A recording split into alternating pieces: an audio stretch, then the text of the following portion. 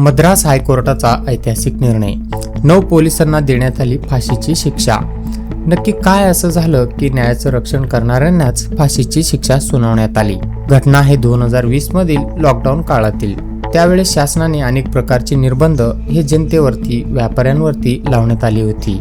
त्यावेळेस तामिळनाडूमधील वडील जयराज आणि मुलगा बेनिक्स यांना अटक करण्यात आली होती। त्यांची चूक एवढी होती की दिलेल्या वेळेपेक्षा त्यांचे मोबाईलचे दुकान थोडा जास्त वेळ चालू ठेवले होते। या कारणावरून त्यांना पोलीस चौकीत नेण्यात आले होते। त्यावेळेस पोलीस कोठडीत त्यांना बेदम मारहाण करण्यात आली होती। त्या मारहाणीनंतर बेनिक्सचा मृत्यू झाला होता। त्यानंतर थोड्या दिवसातच त्याचे वडील जयराज यांचाही मृत्यू झाला होता। संपूर्ण देशात पिता पुत्रांच्या न्यायाची मागणी करण्यात आली होती।